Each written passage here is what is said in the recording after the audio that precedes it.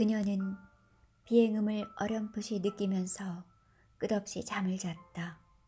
이 기약 없는 도망질을 언제쯤 끝내고 되돌아올 수 있을까? 그것은 정말 알 수 없는 일이었다. 어쩌면 김영길이가 송희경이와의 결혼을 해서 두세 명의 자녀를 가지고서 안정된 가정을 이루고 난 이유가 될 수도 있으리라. 그땐 돌아온다고 해도 직장도 없고 가족도 없을 것이다. 거리에는 난 모르는 사람들만 바글거리고 고층 건물들만 더욱 빽빽하게 들어서겠지. 어쩌면 가끔 연기를 만날 수도 있겠지. 모르긴 몰라도 히라와 에라도 결혼을 했을 테지. 그들을 어쩌면 만날 수도 있을는지도 모른다. 그러나 후회는 하지 말자. 그렇다. 후회는 하지 않는다. 한 달간 자신은 무엇을 했는가? 가슴 터지는 듯한 인간의 감격을 가질 수 있었잖아는가? 그것은 이 세상을 다 주어도 바꿀 수 없는 절대의 감격이었다. 그리고 환희였다. 그렇다. 나는 모든 것을 잃었지만 행복한 여자다. 내가 서울을 떠나는 것은 모든 것을 희생하고 이 가슴 터질 것 같은 감격을 가졌던 한 여자의 도피행이다.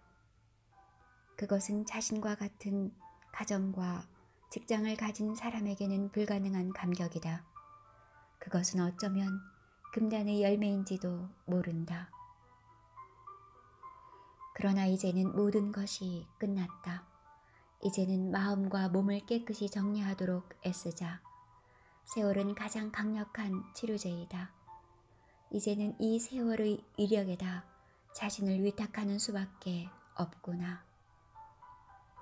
저 멀리 태평양의 짙푸른 수평선 끝에 산타모니카만의 완만한 곡선이 아름다운 자태를 나타내었다. 인간이 만든 거대한 도시가 반짝이는 해안선을 따라서 아름답게 펼쳐져 있었다. 비행기체는 서서히 고도를 낮추기 시작했다. 해안선을 따라 밀려왔다가는 하얗게 부서지는 파도의 모습이 그렇게 아름다울 수가 없었다. 해안선에서 그리 멀리 떨어져 있지 않은 국제공항의 활주로에는 수많은 비행기들이 늘어서 있기도 했으며 금방금방 내리기도 하고 또 떠올랐다가 푸른 바다 위로 사라지기도 했다. 그녀는 비행기에서 내려 공항을 빠져나갔다. 마중 나올 사람이란 아무도 없었다. 어머니에게는 알리지도 않았다. 그러나 택시를 타고 갑자기 들이닥치면 너무 놀라게 할 것 같아 전화를 먼저 했다. 전화기를 든 사람은 언니였다. 언니 저예요. 영희예요. 영희야? 이게 웬일이니요? 어제 목소리가 이상하다. 그래 어딨냐? 저 여기 LA 국제공항이에요. 엄마하고 언니가 보고 싶어 날아왔죠. 어머 이게 웬일이냐. 좌우가 너무 반갑구나. 그런 말이다. 교통이 복잡하고 택시비도 엄청나게 비싸니까 청사 대합실 소파에 기다리고 있거라. 1시간쯤 후에 내가 차를 가지고 나갈게. 알았어요. 엄마도 같이 오세요. 아니, 엄마는 조금 기동이 부자연스럽다.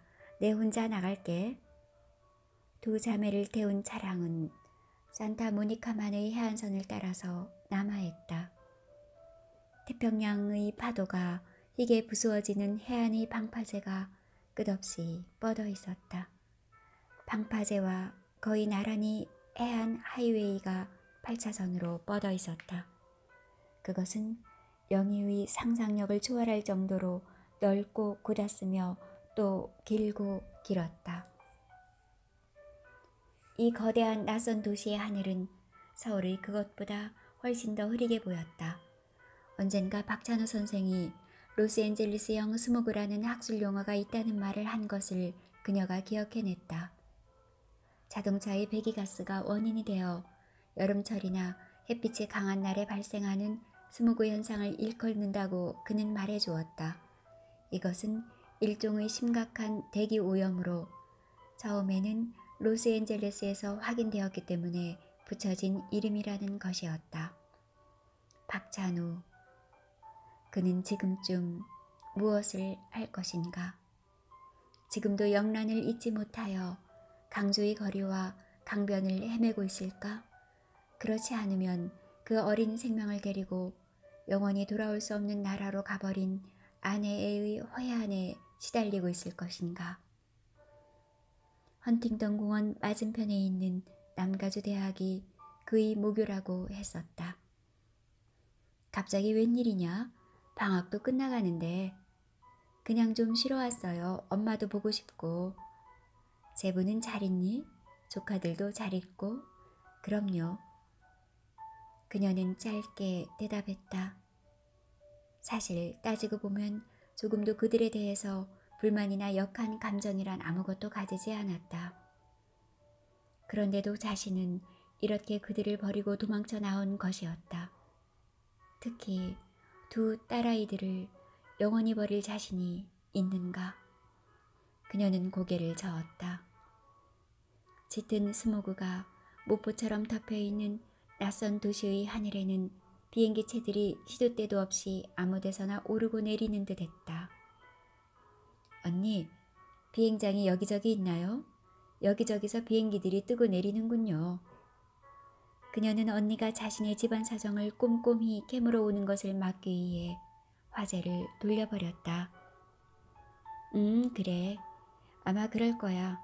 북쪽으로는 산타모니카 공항, 서쪽으로는 내가 내린 국제공항, 시가지 중심부로는 호손공항, 쿰턴 공항이 있고 남쪽으로는 토런스 공항이 있고 레이크우드에도 공항이 있지. 그리고 시가지의 동쪽으로는 몬테벨로 공항이 있단다. 어머, 공항이 그렇게 많나요? 미국은 사실 국내선이 국제선 못지않게 발달되어 있지. 여기선 비행기의 공항이 기차역보다 더 많단다. 어머, 홍영이는 낯선 나라의 엄청난 넓이가 실감이 나지 않았다. 그러나 그녀는 왠지 가슴이 탁 트이는 듯한 감정을 가졌다. 다 잊혀질 때까지 야무지게 기다리면서 살아가리라. 언니, 어머닌 건강이 어떠세요? 엄만 지금 집에 계시지 않아. 내가 목회일로 자주 집을 비우니 모실 수가 있겠니? 그래서 양로원에 가 계셔. 홍영이는 금방 대꾸를 못했다. 역시 이곳은 한국적인 삶의 방식하고는 다르구나 하는 생각이 들었다. 그렇게 연로하신 분을 양로원에 떼어놓다니. 그러나 언니는 아주 당연한 것처럼 얘기했다. 그녀가 운전하는 차는 드넓은 하이웨이를 끝도 없이 달렸다. 그것은 파도가 희게 부서지는 해안도로의 연속이었다. 1시간은 조이 달린 듯 했다. 드디어 차는 좌회전을 했다. 이 거대한 도시의 남쪽 부분을 향해 들어서고 있었다. 유명한 롱비치가 있는 로스앤젤레스만이 펼쳐질 것이다. 이만에서는 시가지의 중심부를 향하여 두 개의 강이 항시 흐르고 있었다. 중심부를 흐르는 로스앤젤레스 강과 동부를 흐르는 샌 가브리엘 강이 그것이다.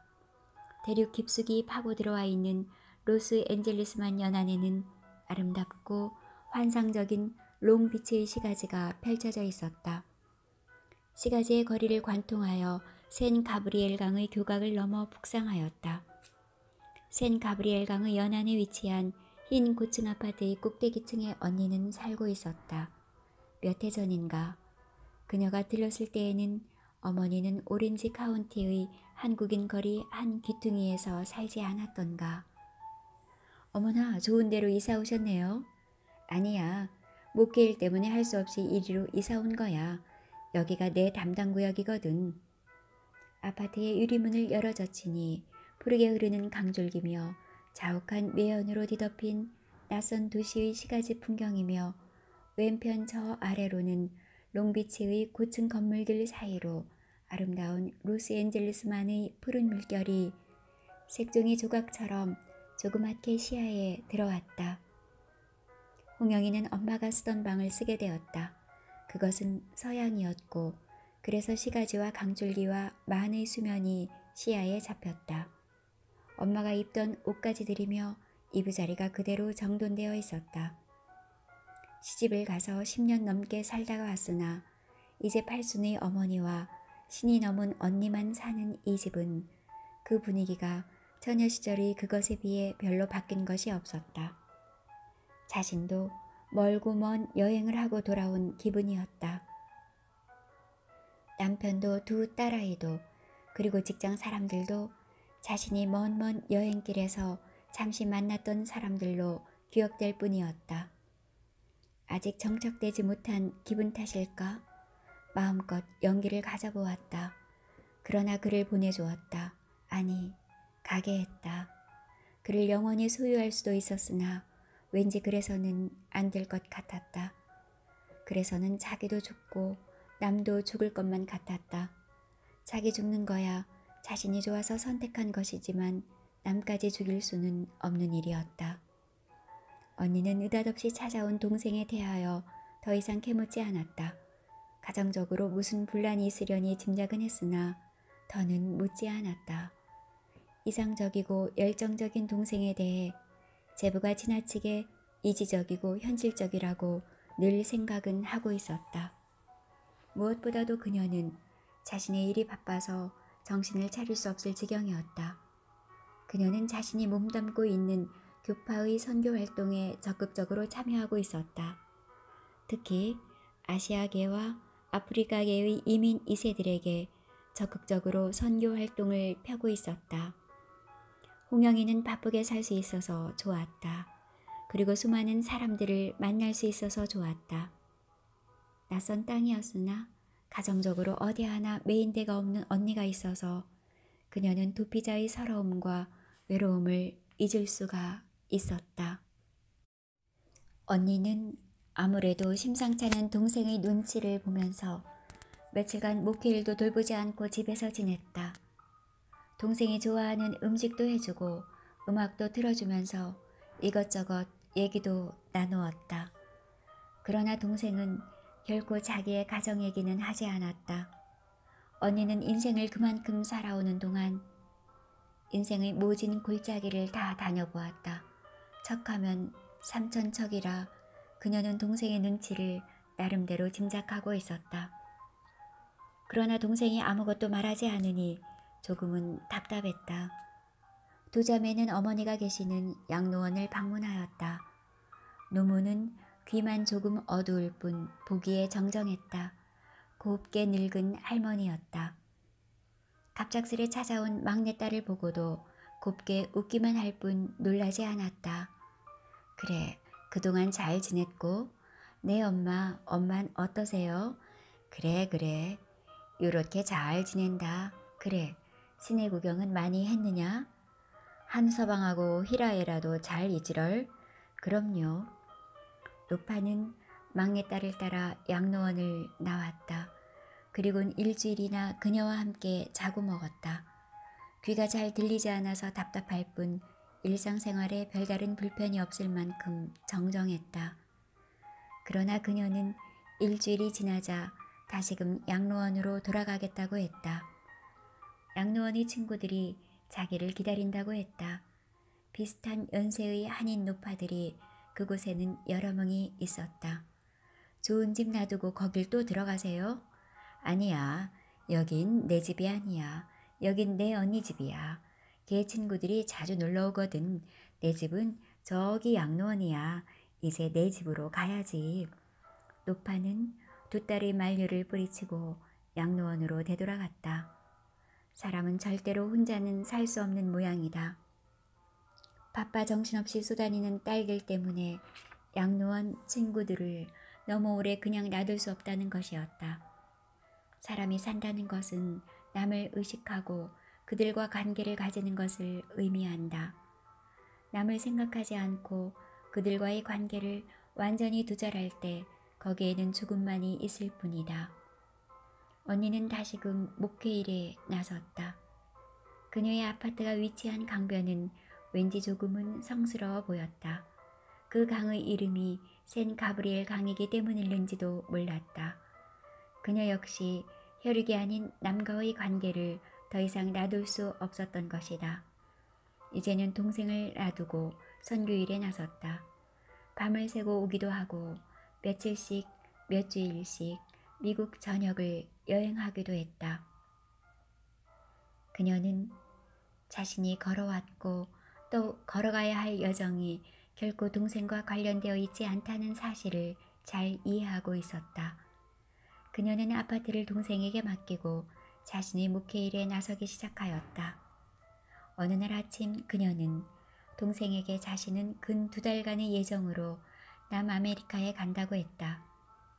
연초에 잡혀진 계획이라 취소할 수 없다고 하면서 양해를 구했다. 그러나 언니는 동생에게 앞으로의 일정 등에 대해서는 묻지 않았다. 연륜과 지성, 그리고 인생의 체험과 양식 중 어느 것 하나 빠짐없이 가지고 있는 동생이기에 무슨 말이든 쉽게 할 수가 없었다. 언니 걱정하지 마시고 잘 다녀오세요.